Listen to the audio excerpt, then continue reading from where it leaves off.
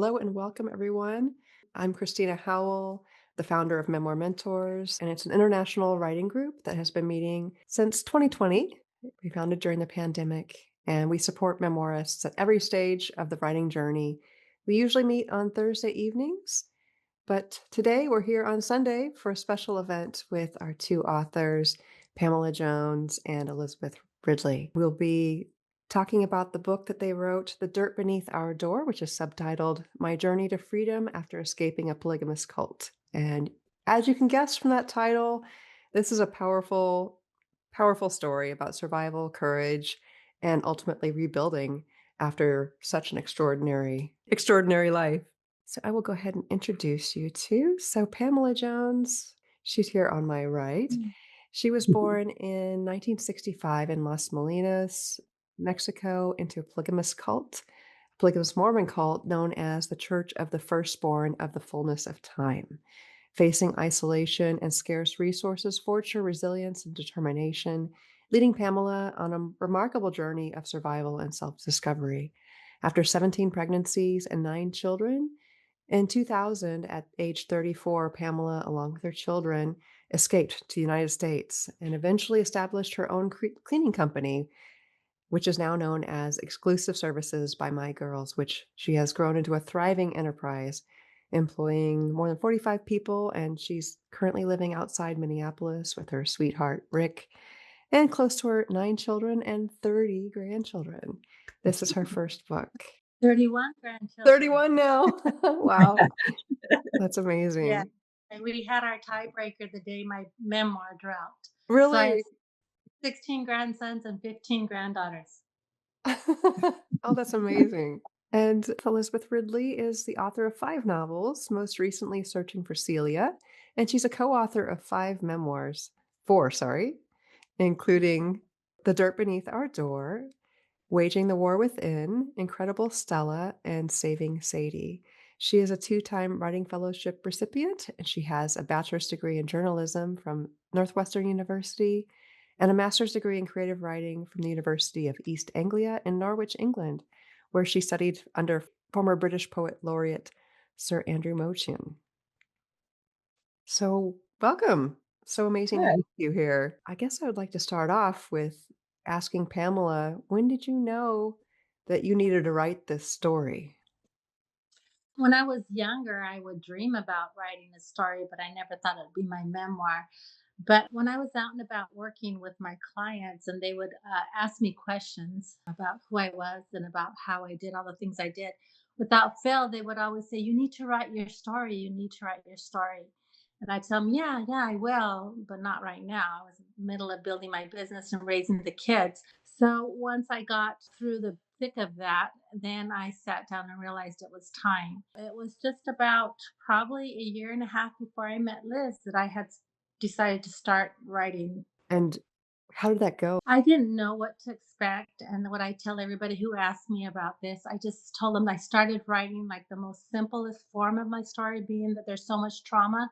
And a lot of my first things I wrote actually didn't make it to the book because beautiful Liz had to sit and cut and cut and cut. That's how I was able to even get into the story and be able to tell my story, was starting with the most simplest form, and then from there I could, grow with it. And it was a healing time. It was a time to trust somebody else with my story, which I trust Liz. And we created a safe space and we developed a friendship, and she was able to let me just share the craziness of my story without judgment, and we really got some good material. At least I think we did.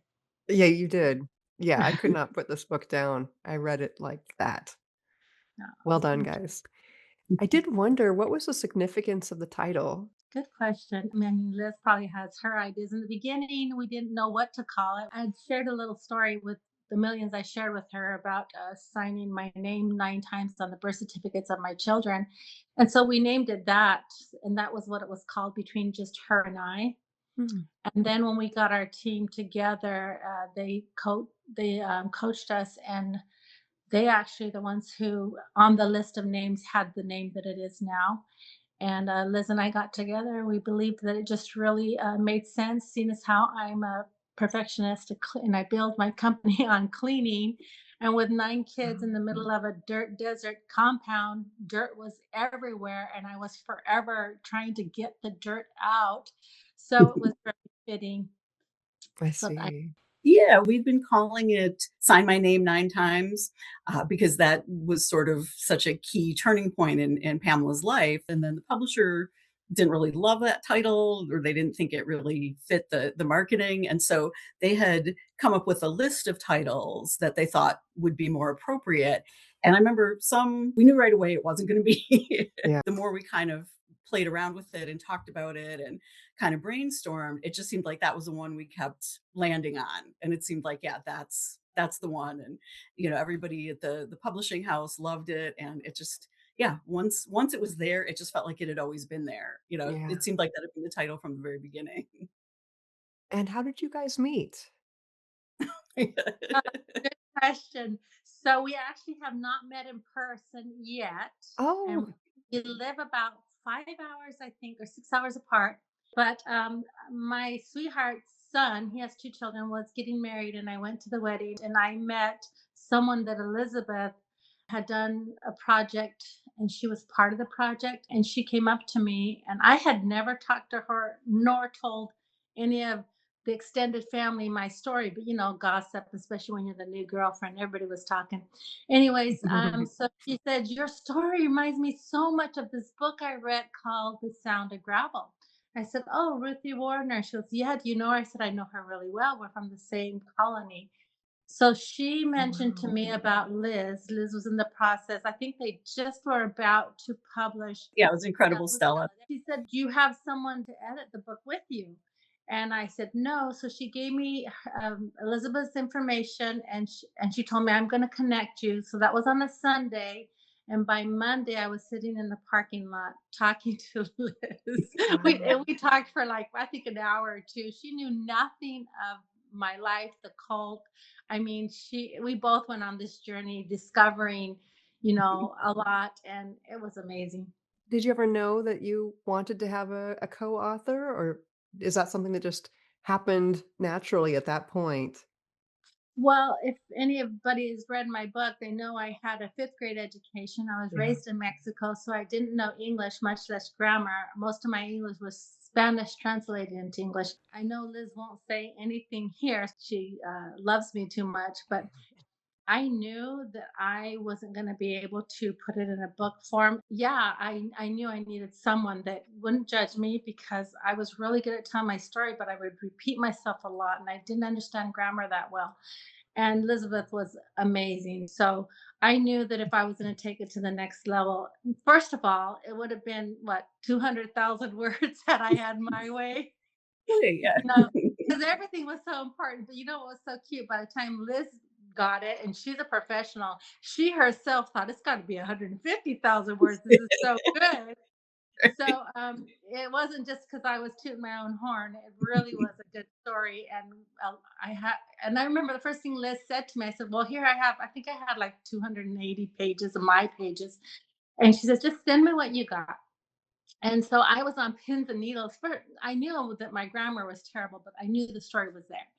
Anyways, and she called me back and says, first of all, let me tell you, Pamela, what an amazing story. And you can tell the story. You put me right there.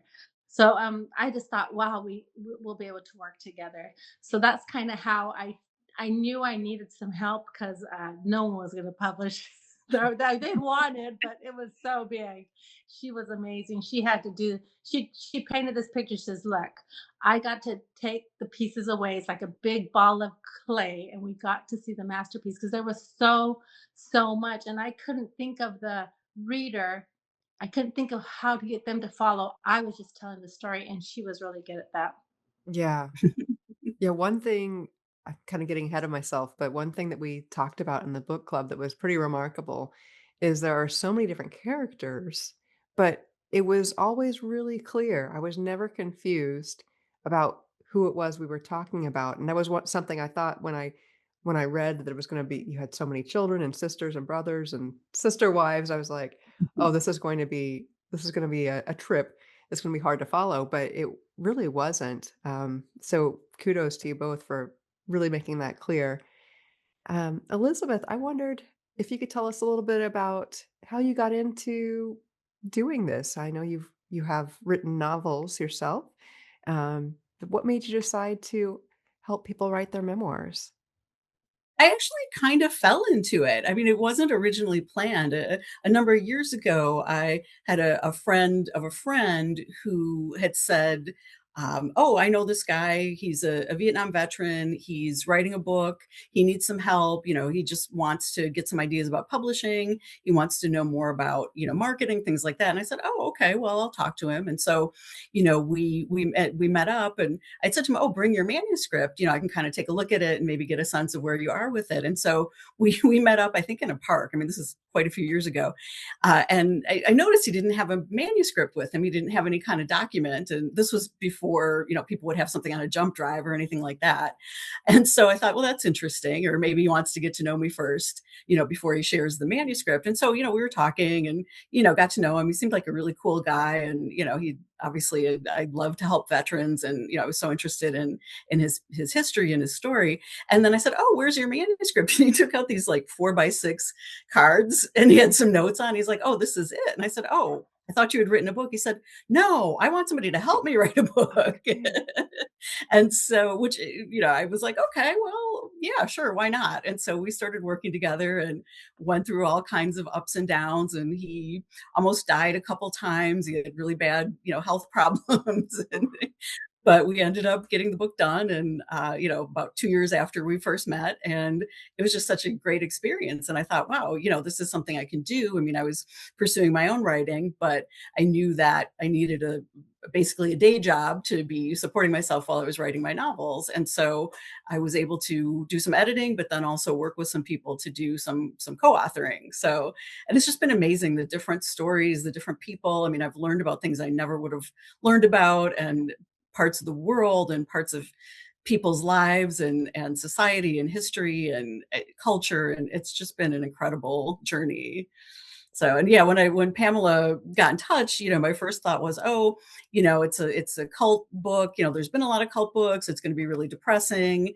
I don't know about this. But then once I started to hear her story and I saw that it wasn't about, yes, there was a lot of, terrible things that happened, and the violence and the misogyny and things like that. But the fact that her story is a triumph. The focus is not that she went through those things, but that she survived, and not just escaped, but thrived afterwards, and, started a business and supported her family, and, built this whole new life. And I thought I knew right away that was going to be our hook, because I knew it'd be too easy for people to say, "Oh, not another cult book, that's so depressing. There's so many of them."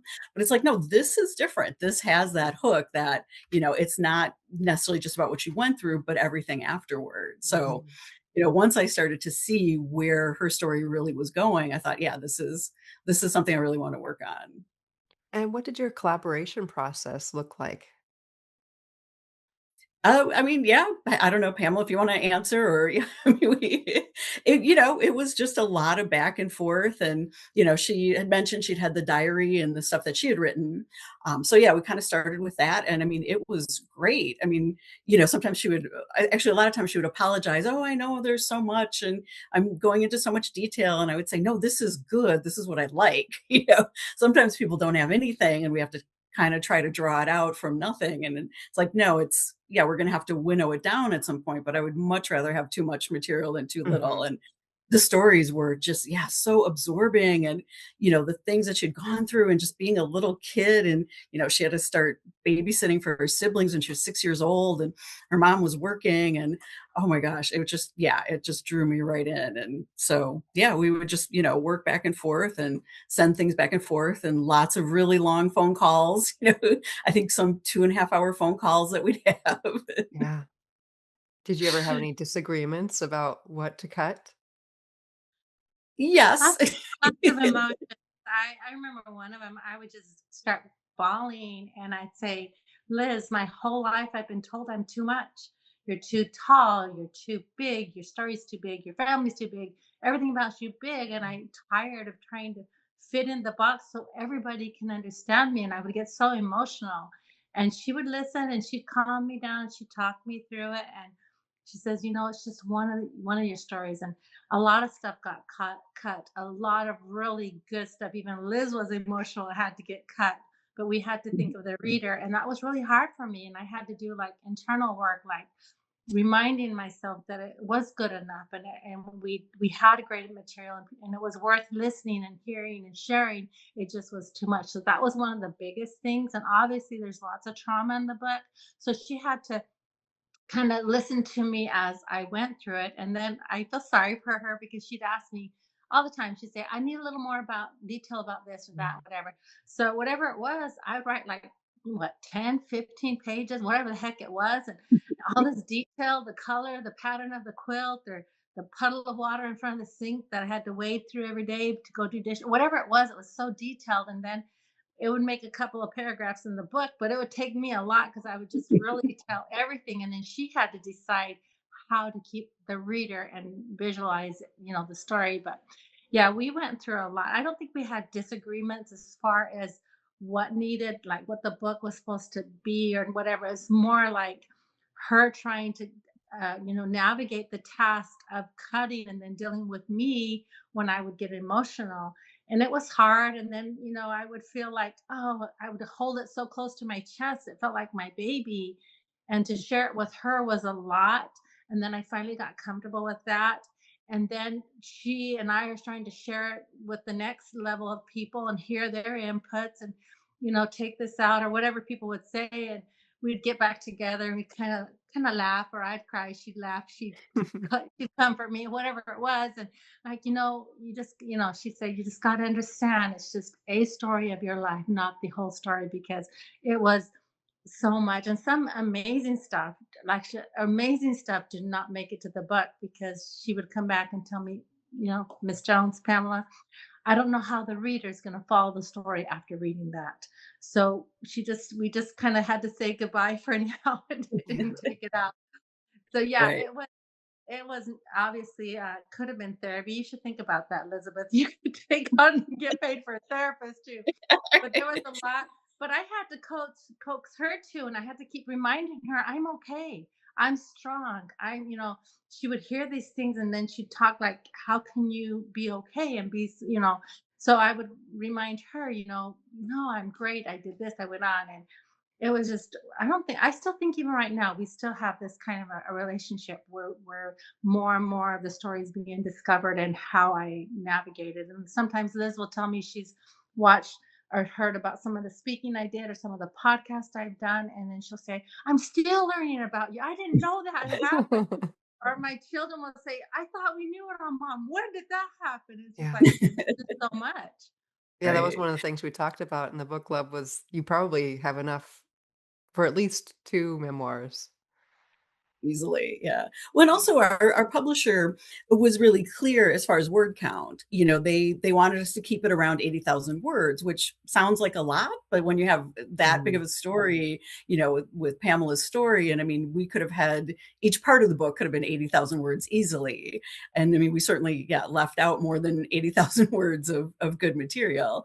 But they're very strict about that. And if with the publisher, if you turn in a manuscript that's significantly longer, they make the cuts. And it's not necessarily going to be what, you would want, what I would want, what, Pamela would want.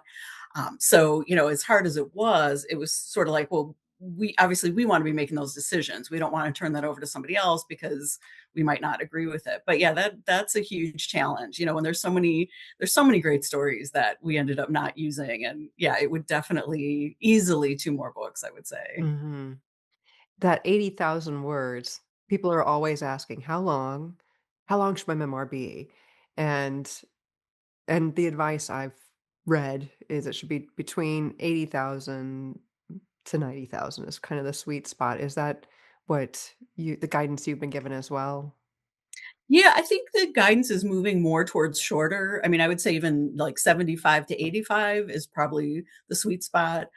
Definitely keep it under 100,000 for anybody out there because that's sort of the magic number. If it's more than 100,000, that they're not going to be happy with it. So Mm. I would say, yeah, if you can I certainly under 100,000, if you keep it under 90,000, that's gonna be an advantage that then you're in the right word count, basically. But that's hard because if you have a big story, that's how do you fit it into that space? I mean, 80,000 sounds like a huge number, but when you have a manuscript in front of you, it's really not. No, I've written way more than I think I'm at 120,000 and I still have about a quarter of my book to write. So I Mhm. know that I need to cut and cut, Yeah, you're gonna be cutting, yeah. but I just get it all out first. Like you were saying, it's much better to have a lot to cut from than to try to, make it bigger. So, Yeah, you don't wanna have to pad it out. You don't wanna end up with a 50,000 word manuscript and then think, "Okay, well, how do I add yeah, 30,000 words somewhere?" Yeah, no, much better to do it the way you're talking about, get the whole thing down on paper and don't worry about the length, but then when you're looking more towards a final draft, then you probably do have to look at that word count more definitely. closely. Um, what was the publishing process like? How did you end up with, sorry, the Bella books, right? Ben Bella, yes, Ben it's Bella, Ben Bella. Matt Holt, books is just part of the Ben Bella. Yeah, we were really fortunate, we had a wonderful agent, his name is Joe Perry at Perry Literary, and I had just sort of our paths had crossed in a different realm because he's also a lawyer, a publishing lawyer, and so we'd had some workings in that area, and then I found out he was also becoming an agent and starting an agency, and so, Pamela and I were still, I think, at the proposal stage. We were a long way from having a finished book, but I pitched the proposal to him, and he kinda said what a lot of people were saying, "Well, there's a lot of cult books, I don't know, I'll take a look at it, but I'm not sure," and then he read it, I think, in one night and got back to us and said, "I love this. I have to do this. Like, Wow. Pamela's story is incredible. Like, she's an incredible woman. We need to do this." And so, we talked to him and, and both of us talked to him and we liked what he said and we liked his vision for the book. We saw, where he saw it sort of fitting in the market. And then he had worked with Matt Holt and Ben Bella on a couple previous books. And so he had mentioned, that was a good place to, pitch it. And I think we did a Zoom with them or a call, and then we kind of, they asked really great questions, and their Mallory, their publicity person, is actually from Minnesota, and she, was taken by Pamela's story right away, and she really advocated for wanting to work on the book, and so we'd had a group Zoom with a bunch of people from the publisher and us and our agent, and then afterwards we kind of debriefed, and Joe said, "Oh, we'll probably hear back next week sometime. I think it went really well. We'll see what they say. They have to talk to their editorial board, whatever." And then I think it was about 15 minutes later, we got this email from Joe like, "They made an offer. They made an offer." Oh, that's awesome. Yeah, it was great. Yeah, we were so excited. Yeah, it was so cute because the three of us, so Joe and Liz and myself, so they're saying they made an offer, blah, blah, blah, and they had two offers. And we went back and forth which package we wanted to get. And I remember telling Liz, like, well, I'd like a little bit of both packages in a perfect world, but I'll take package A, whatever it was. And so this is okay. Joe says, okay, I'll present that to them. And this is okay. So I hang up the phone and I come into my house and I go into the kitchen to grab something. And all of a sudden my phone's ringing and I look at it and I said, oh, Liz must be booty calling me because it was so fast. It was like 5 minutes. And I say hello, and she's almost out of breath. They took the offer. You Oh my wanted, they gave you God. exactly what you wanted. And I thought, oh my gosh, that was fast. It was so cute. Wow. It was, yeah, that was great. That was so exciting, because yeah, you Yeah. just never know, and I mean, we'd been working on the book for quite a while at that point, so, just to suddenly see that kind of response and to know that, again, that they had such a vision for the book and how they wanted to promote it and how they wanted to position it, and yeah, it just seemed like a perfect match. So how long did it take? I think, Pamela, you said it took like a year and a half when you started working on the book. And then when you met Elizabeth, like how long did that process take before you had that finished manuscript? So I started writing the end of 2017. I met Elizabeth in September of 2019. And then we got our deal September of 2023. So 4 years. Obviously, the pandemic had happened during that time. So everything was just different. Mhm. I remember Liz and I, like Liz, this was new territory for her. Obviously, I didn't understand any of that. And, people were just going through a lot. So, um, yeah, that's kind of the time frame. Great. Yeah, I think it actually worked out, yeah, because it was September of 2019 when we had our first phone call, when we were first introduced, and then the book actually was published in September of 2025. So it and almost to the day, I mean, it was the same week, it may have almost been the same day. Yeah, so 6 years from, from first call to publication. So it can be a long, slow process, but yeah, the pandemic definitely was a big element of that, and I believe it would have happened faster if we hadn't been dealing with that for a big chunk of that time. Mhm. Pamela, did you ever consider self-publishing, or were you always hoping for traditional publishing? Well, with the little bit of advice I got before I met Liz, everyone and their dog would tell me, "Oh, self-publish because you won't make any money, and if you do it with a publishing company, you'll get pennies." And they would tell me all this. So I was advised to self-publish. I didn't know anything about that. But when I was working with Liz, Liz just with her experience, she just saw the potential. She said, "Someone's going to pick this up, and we want it to have the right." And we had a person or two interested in it during the process, but they weren't the right fit. It was completely something that the story was not about. So we held our grounds and we just believed that we'd get the right one. And if not, Liz and I said, "We'll self-publish then. We'll just do that." But I don't think we ever put any effort into that. Did we, Liz? We didn't. We just kind of left it out there. At worst, we can do this. Yeah, I mean, I think we knew the story was gonna get out there. We were 100% sure, this book is gonna get published. It's gonna be there for people to read and, whatever that journey looks like. We definitely preferred the commercial publishing just because, I mean, the main thing is really distribution. You get a much better ability to distribute the book more widely. But yeah, I mean, self-publishing can be great. It's certainly much faster. It's a much faster process, and you have more control over certain elements.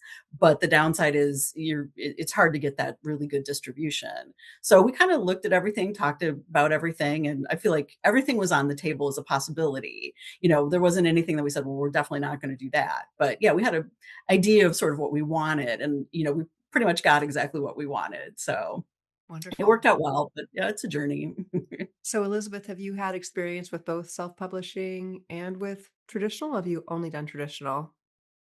The books that I have my name on have all been traditionally published, but I've worked with authors who have self-published, as a sort of a colleague or as a editor and collaborator and things like that. So, yeah, I mean, it's definitely. I don't know all the ins and out of self-publishing because it changes so quickly. I mean, that a couple of years ago, I felt like I sort of understood it all, and now. I don't know with like the Kindle Direct and how do you choose your keywords and how do you do this and all. I mean, it's yeah, that's its own world, I think now. And Yeah, it's getting more. It was really complicated, then it got way simpler, and now I feel like it's getting much more complicated again. seems I'm as definitely not keeping up. okay. Pamela, I wondered, did you worry when you were writing this and when you were publishing, getting ready to get this out in the world? Were you worried about the reaction you'd get from family members or the public in general? Oh yeah, I was very worried. We just dabbled or touched on the cartel story in my book. Barely. I mean, just slightly touched on it. And I was worried that I would ruffle some feathers there a little. And then, of course, I thought that I would lose my family because my story is that my father didn't make him look the way, especially Velma's children. So the five older siblings my dad had with his first wife, I felt like they were not going to be okay with my story. And didn't paint it as one big happy family that lived polygamy. Instead, there was bias. I was feared for my life as a child, even though now looking back at my story, I know my father would never take my life. But when I was little, I felt that he would. That's how I translated it. But either way, I definitely thought that I would get disowned. And so far, If I'm disowned, I don't know. So therefore, if it caused a problem, they're not speaking to me anyway, so I wouldn't know. But the little feedback that I've gotten from a few family members, they're just blown away and so proud of me. And a lot of them are saying, yes, that's how it was. So, so Wow. far, so good. Oh, that's great. And how long has it been that the book has been out now? I believe 6 months ish, Okay. maybe going on Yeah, 7. September, yeah, I think it came out September 12th Ninth. or Came out the 9th. or the 9th, right My before your birthday's birthday. the Ah, 5th. Yeah. Yeah. and I think it was interesting. It came out on the 9th month, the 9th day, and then if you add up all the numbers of the year, it's the 9th. So Right. that was pretty And you cool. have 9 children, so yeah, And it's I'm 9 kids. Yeah. 9 is Oh the my. wow. magic number, I think. Yeah. And do you think you still would have been able to publish this if your parents were still alive? Well, I could have done whatever I wanted, sure, Would but you in my have wanted heart, to? I don't think I could have. I think my mom would have been so proud of me, but I think it turned out perfect because not that I'm happy, of course, but my mother passed away, and then my father passed away, and then Mom Velma passed away, and then I just felt like I was already writing the book before Mom Velma passed, but in my heart, I just thought, I don't want to burst her bubble and let her know how much I suffered. Mhm, And so I would say, no, I couldn't have done it. mhm. I know that this must have been so hard to write some pieces of this. It was just such an emotional there was a lot of trauma that you went through. Do you have any advice for writers who are trying to write about their own trauma and how they can approach those stories and still keep from reopening those wounds? There's probably no way to not reopen those wounds. I would be a liar to say that that wasn't the case. But what I did experience, when the time was right, I was able to go back to those times in my life, to the little girl when she was 5, and to the 15-year-old when I got my beating, and all the little things that I went through. And I was able to go back to that time and actually feel a sense of love for different members of the family, different things that I was in so much fear and in so much pain. I really didn't experience a true closeness to my siblings, to a lot that was going on. So when I finally had the courage to go back and write the story, I felt like there was, I don't know, Liz probably can say bigger words and better, but I felt like there was like a disassociation with myself, like I was the adult now, and then when we were writing, I was looking at my younger self, and I felt such love and kindness towards myself. You know how they say, be kind to yourself. Like I really felt some kindness for this girl, which was all these stages, my wedding day, my wedding night, having the children, all these little things. As I went through the journey and retelling the story, I felt a lot more love and understanding. And actually, as you've read in my book, there was gratitude for my hardships and what I went through. So, anyone that's out there thinking of writing their book, if you're going to go at it thinking that you don't want to open up anything, you want to keep everything hush hush, it's probably going to be next to impossible or only half told or half truths. If you get amazing help, that would be great. But I think that you could or should, either way, go and just tell the story at first to yourself and love on yourself and allow yourself to actually grieve for the little girl that you were. And to this day, when I talk about my story, I always get emotional and cry, but not for me today. I cry for that, 11-year-old is getting beat with a rake, like I cry for her, like, oh Yeah. my gosh, because I know what she was feeling and I know what she was thinking.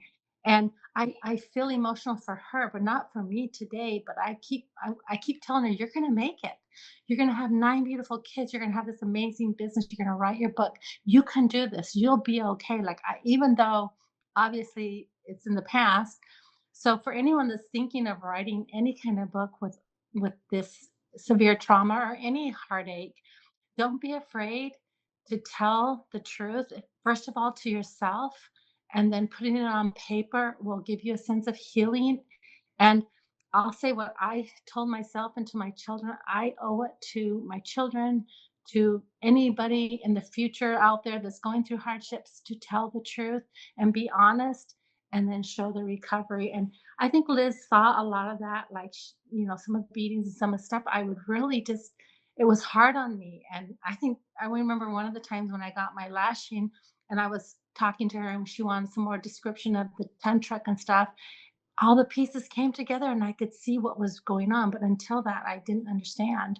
So there's a lot of understanding that will come through that. But I'd say just write, write, write, and write. And then, depending on your editors, what you do with the material after that, where you can make it that the reader can actually chew on it and understand it, you'll get some help. But don't hold back. Tell the whole truth and your truth, I mean, and how you felt, and don't be afraid of what you'll find in there because all of those little things made you the person you are today, Yeah. and you're okay.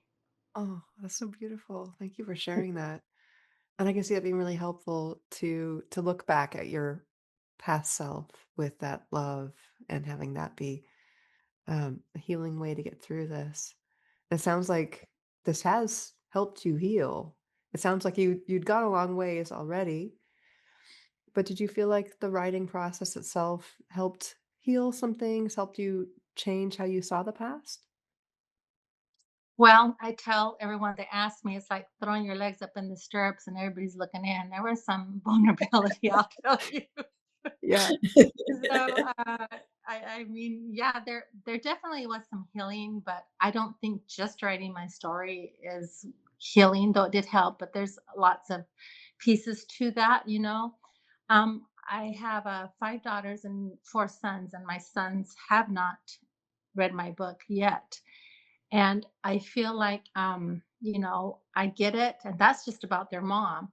They need to heal as well, different things, and it's hard. It's hard to hear and go back and read those stories and be able to heal. But now I forgot your question. I started thinking about my kids. Well, I just asked if it helped you have a different Oh yeah. view of your past. I think that it helped my whole family. I think Mm. there's not one of my biggest joys of the whole process is seeing the support of my children and my grandchildren. I mean, I just think it's so cute. Like before, I was just grandma, whatever that all is, which is fine. And now I'll get text messages all the time. Grandma, I saw someone at church and I told her about your book and she's gonna read it. And then later, grandma, she told me she read it. She loves your story. Oh. And I'm just like, and this little grandkid's 8. And I'm like, oh my gosh, how proud my grandchildren are that I wrote my book and I put it out there. And now I constantly will get different messages from all of them at different times, of what the book has done for them out there. And I just feel, yeah, absolutely. It's been an amazing journey. And it's a wonderful legacy to leave for generations. And yeah, for sure, I feel stronger and it has helped me. Mm. And have you gotten much feedback from the wider world? Liz probably knows some of it, but as far as I don't know how wide the world is or what, but all that I've gotten has been 100% positive. There's been a few negative things, but I can tell that they're from the colony. Mm. So some of their reviews, all lies or whatever they say, that not me, not that I'm saying they're all lies. They're saying that my story is all lies. And I've had people from the colony say terrible things. But other than that, I feel like I've got nothing but good reviews. Mhm. And yeah, it is a story about a cult, but we're finding out more and more that there's all kinds of cults out in the world. So I'm not alone.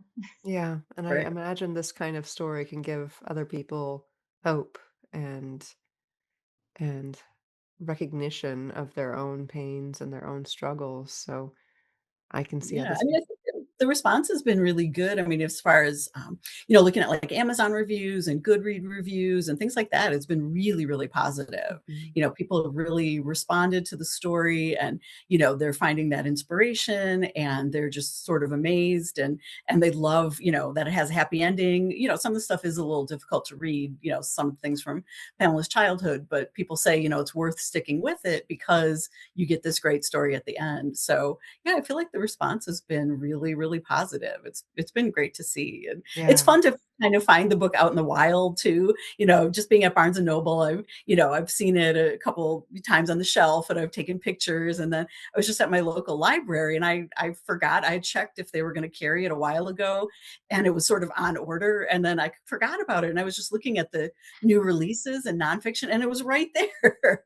And there's something about that, it's just, even though I've had a couple books, that never gets old, to just suddenly, like, here it is, and you just Mhm. have that desire to kind of hold it up and shout to everybody in the library, guess what? Guess what? Yeah. I'm sure the librarians would not appreciate, but it's They just might the forgive idea you. that it's there. Yeah. So you've mentioned the ending, how it has this happy ending, but I'd like to switch gears and talk about the beginning. The beginning drops you right in the middle of the action, right as Pamela's trying to go across the border from Mexico to the United States. And immediately I was hooked. I wondered how you got to choosing that as the beginning, and if you'd experimented with some other openings first. What did that look like? That was always going to be the prologue from the very moment we wrote that. Actually, that part I told dabbled in it, and then Elizabeth is the one who kind of helped put that Mm. together. And that was on our, is it called Quarry? Is that what you call it? The The query Yeah, letter? correct. yeah, yeah, it Yeah. was on there. And it was the first thing that she really went in and wrote and got ready.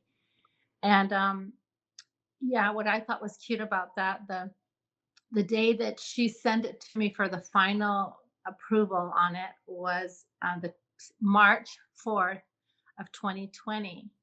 And I would get my children together every Tuesday of every week and open grandma's house, and they could all come over and I'd make them dinner or whatever I was doing with them. Well, that day, it had been exactly 20 years to the moment that I had left the colony. My kids didn't know, and they all got together. And my baby, Bethany, she read that prologue to my family. And it was the first part of my book the kids ever heard. No one had seen anything else. It was so cute, and I felt like it was a godsend and a sign. I mean, on the very same day, it falls on a Tuesday. I happened to be getting my kids together. Elizabeth sends that over that morning. Here's the final draft because we would go back and forth, and she'd have me look, are the names right and times right, whatever. So it was the final draft of that she was adding it to our court. I think it's called Corey. I can't remember what that's called. Is Yeah, anyway. and for a proposal, yeah, with the query Yeah, and the proposal, for yeah. the proposal. So we were getting that all ready, and she read that, and my grandkids are all laying in my living room listening to the story. And right when it ends, if you read how it ends, my grandkids jump up, Grandma, what happens? We have to hear what happens. And I'm looking at them. I said, we're here. But it Oh, was so fitting, and we'll never forget that. And I think that, we all have a belief of how this life is to turn out. And I feel like every piece of that book, from the beginning to the end to where we are right now, speaking to you, has all been perfectly designed for the purpose of the book. And so we never even thought of anything else except that for the prologue. And yeah, well, that's that's really remarkable, especially since you haven't had have you had, formal education in writing, Pamela? no, if you read So my book. Yeah, I wrote in the dirt. I wrote in the dirt for yeah. 19 years. I had gone to school till I was 5.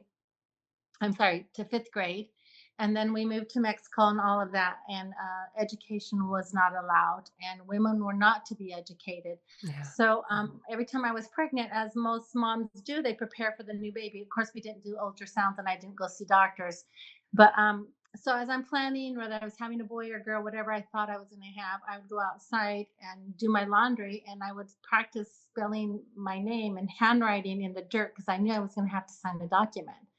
And since I didn't really have paper and pencil, or it wasn't something I did, so I would practice. Oh my goodness, I have to sign this birth certificate. You better remember how to put all these letters together.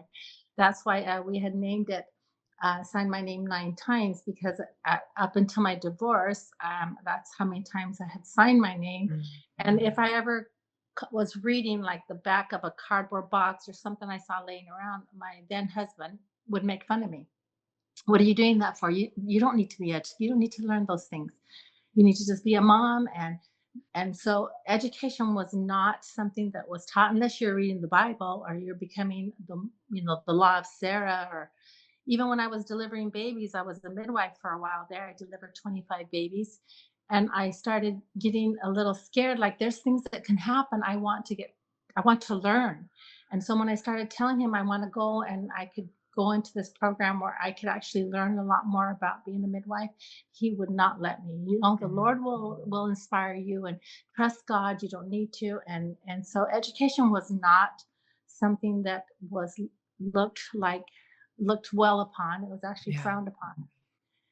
So no, I didn't get education while I was married to him. Yeah. Obviously, I was very smart. I did quite a bit of things. I was always doing business of some sort, but no, wasn't allowed to But go it to just any. seems so remarkable that you would have that instinct to know that that was how the story should start, because that having a good beginning to a story like this, I mean, it's an amazing story anyway, but having it start with such a bang was such a good instinct, and it really makes the reader think, "Oh, I gotta know what happens next." Like, even your grandchildren are saying, "What happened?"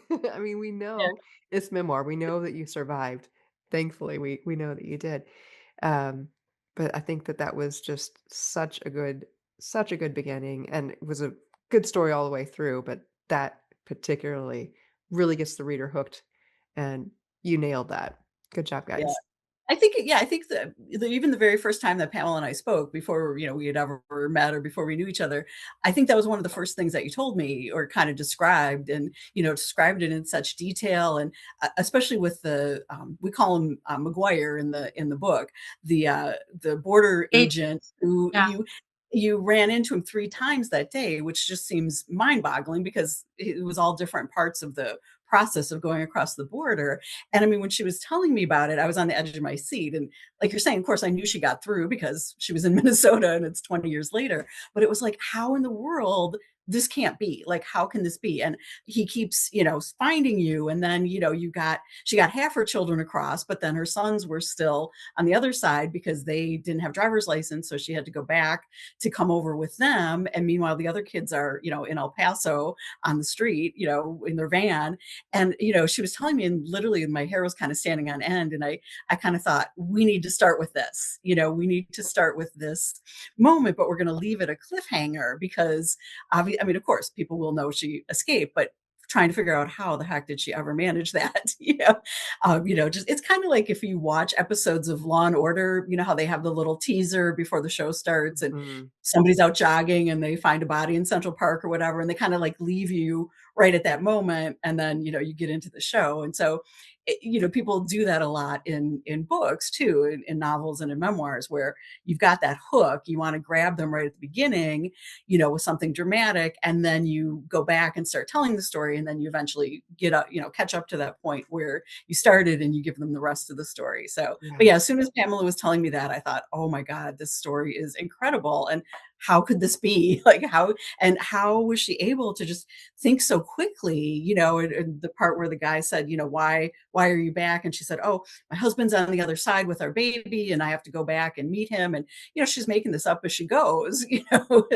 and the guy's like, okay, go through. And then she goes through, and then she sees him a third time. I mean, yeah, it's just incredible. I mean, something like that, you have to feature a story like that because it's so remarkable.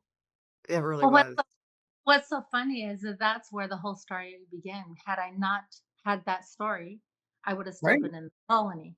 That's first. And second of all, anybody that's trying to get anything across the border, they have a system. They're at one station on your way over, and then they move them all somewhere. I saw him there, and then they moved him again. And I thought about it years later. I was like, that is so weird. Like they would take one agent and move it in so many different, but they have a system. So I swear, if I had not seen it, I wouldn't have believed it. I would have thought it was filler. Who could come up with this? But I think that he played an important part of the story. I get asked about him all the time. Do you think that there was some connection between him and letting you through? And I've had the conversation with Liz. I said it's either that, some connection with God and him, or that wonderful German Shepherd had a connection because he yanked on his strap and that pulled him away and it was over. And I thought so one of those two.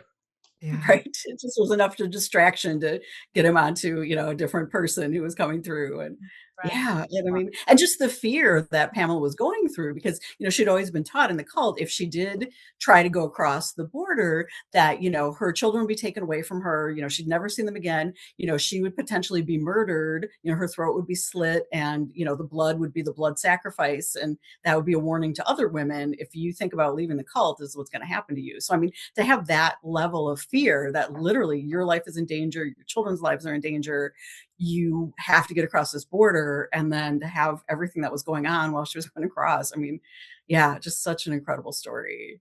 It Just really remarkable. is. Yeah. Oh, wow. So now that the book has been out there for a little while, what kind of is there anything you feel like you would have done differently? You said a minute ago that you wouldn't, but As far as the book or as far as my life? oh, Which as far as the book, as far as the okay, as book. far as my life, the answer is no. I maybe would not eat a cup second piece of cake time or two, but other than that, Ah, as life far is as short. the book, I think that it went amazing. I couldn't have been prouder of the end product, and I feel so fortunate to have had Liz as my co-author, and I felt like in the beginning it felt echoey. I'm going to say this is how I'm saying it. It felt echoey, like I couldn't feel her presence, but she didn't know what the story all was. But somewhere along the way, she actually got into the story, and then as we went on further, she would answer questions, she would defend me. She just knew before you knew it. She felt like she had been in the colony with me. Like this story was so detailed in so many words as we went through the process that she was just there. The minute she saw dirt beneath my door or Simon name 9 times or whatever it was that she was on her computer, she was there. She could see the puddle of water and the maggots in the outhouse and the flies and the peeping toms, and she could feel it. And I think it was a gift that she has, along with I think my abilities to storytell in such detail, that I just felt like the book turned out amazing. The very last page, me talking when I'm at my lake house, that was so profound, and I'm so grateful that made it in the book. And I don't know, I couldn't have asked for it to be better. Sometimes I wish I could have said the name of all my grandkids and talked about their birth, but we had to cut it off somewhere.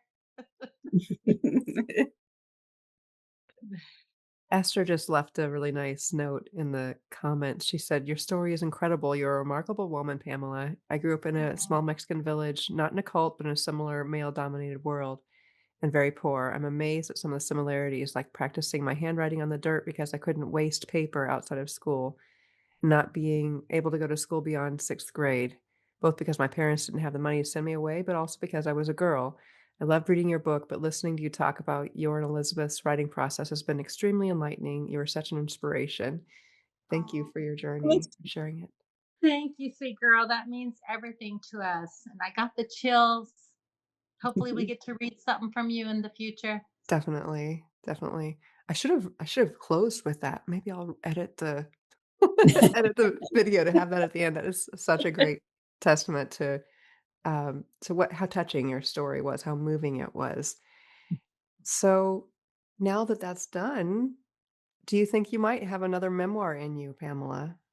Well, seeing as how Elizabeth played such a big part of the first one, unless she's gun ho for a second one, I don't think so. Plan on writing fiction stories for my grandchildren, just with a little bit of truth of some memories I have with them. Before I leave this earth, I want to leave a children's book for each one of my grandchildren, and I've been working on that. But there'll be 31 volumes as of right now, and my goal is that my grandchildren can read these books to their grandchildren long after I'm gone. So that's something some grandmas, quilt for their grandkids or crochet or do a lot of beautiful things, and I want to leave a story for each one of my grandchildren. And I already figured out that I'll be a grandma like my first one. I already started writing it, and she's a giraffe because she has my oldest granddaughter has red hair, and I'm a giraffe, but I have my red lipsticks, I have my glasses with my long eyelashes, and I have my heels on and an apron. And in every single one of the books, I have those same things, but I'm a different animal. And then I get asked about people just want more of the story, and I just don't know how. But you never know. Stranger things have happened. Maybe Liz will have a dream and she'll wake up and tell me I want more punishment for on the next project. But as of right now, we haven't talked about any of that. And Elizabeth, you've helped other people write their memoirs. Have you ever thought about writing your own? That's a great question, and actually, I think I'm really lucky and fortunate in that there's nothing in my life that's memoir worthy. I've Oh, had I a don't very know. yeah, I've had a pretty, ordinary Midwest, middle class suburban kind of, upbringing, and yeah, I'm fortunate I haven't had the sort of, trauma and drama that a lot of people have had, so, yeah, probably not a memoir, but I'm grateful for that. Okay. Fortunate. Are you working on any other projects right now you'd like to share about? Yeah, I'm working on a novel.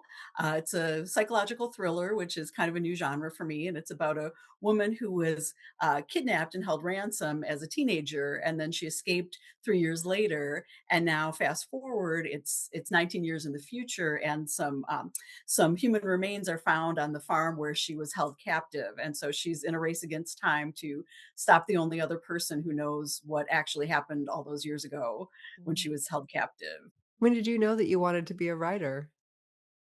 I think I always did. I mean, I think I actually really loved to draw when I was a kid. I loved drawing and painting and things like that. And so I would do little pictures, but then I would write a little story to go along with the pictures, and I would kind of make my own little books, kind of flip books.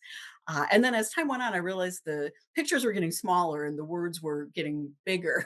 And so I think I realized I wasn't a great artist. I wasn't a particularly good drawer. So then I kind of realized the words were more my thing. So I Mm. so I started writing. Yeah, I think even when I was in probably second or third grade, I didn't really know what being a writer was, but I think I thought I wanted to be one. So it was Oh, pretty early on. well, that's cool. Um, we have a question from Elisa.